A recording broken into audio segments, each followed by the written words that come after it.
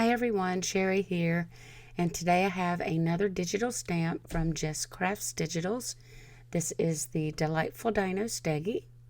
So I've printed him out on some Nina Solar White with my regular inkjet printer, and I'm going to color in Steggy using some Copic markers.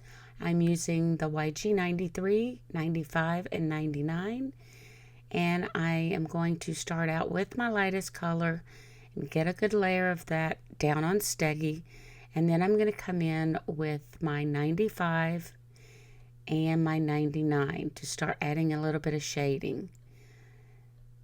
So I'm using the 95 to just kind of map out where I want my shading, and then I will come in and darken that up with my YG 99.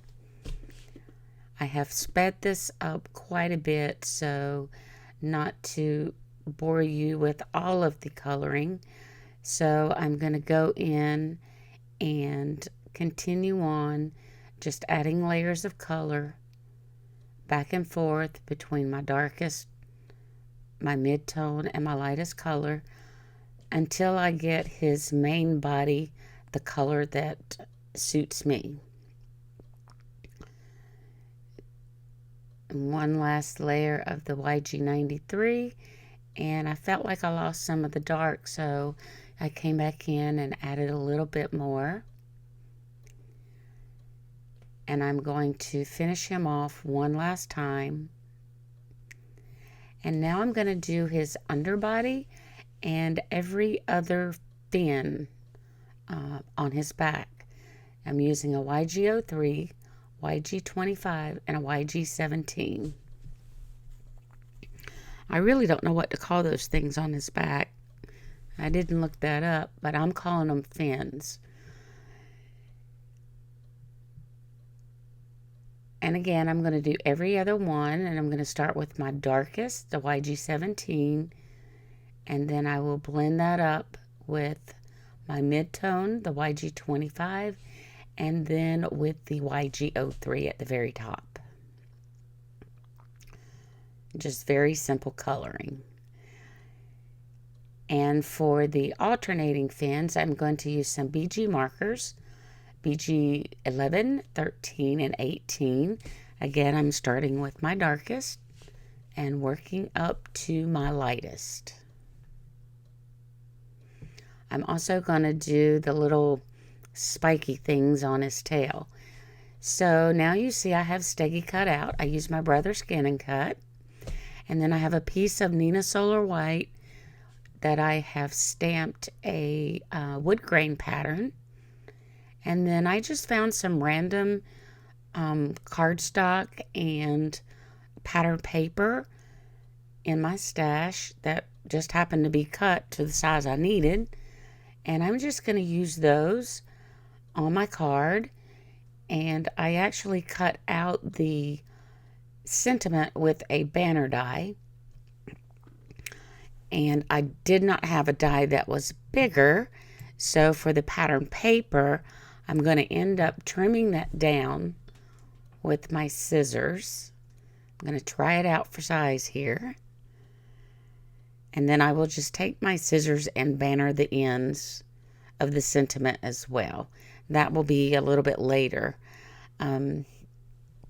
So now I'm going to pop up Steggy here using my big giant roll of foam tape.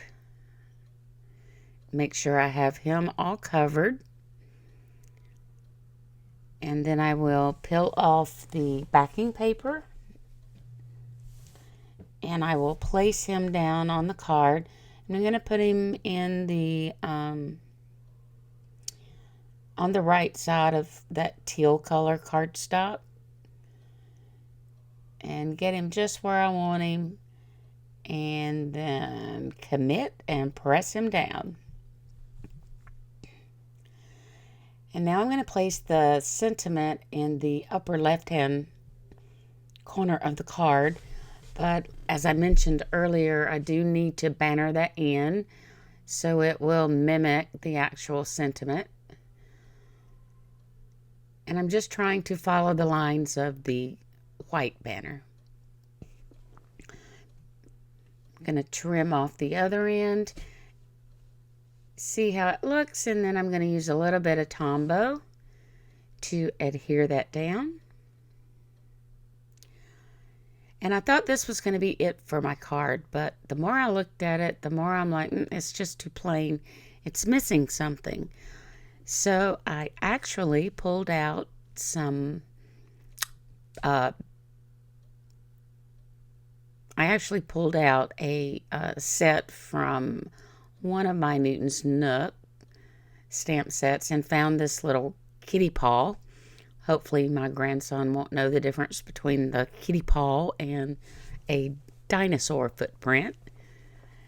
And I'm just using some Versamark ink to do like a watermark on the teal paper, just to give it a little bit of added interest. Before I did this, like I said, it was just really flat. I just used some regular Post-it notes just to try to mask off the background. All right, one last one. And I'm going to remove the Post-it notes, and there you have it. I'm going to bring it up a little bit closer. You can see it here, but really that just added just that little extra something to the card. All right, that's it for my card today. Thanks for joining me, and I'll see you again soon. Bye now.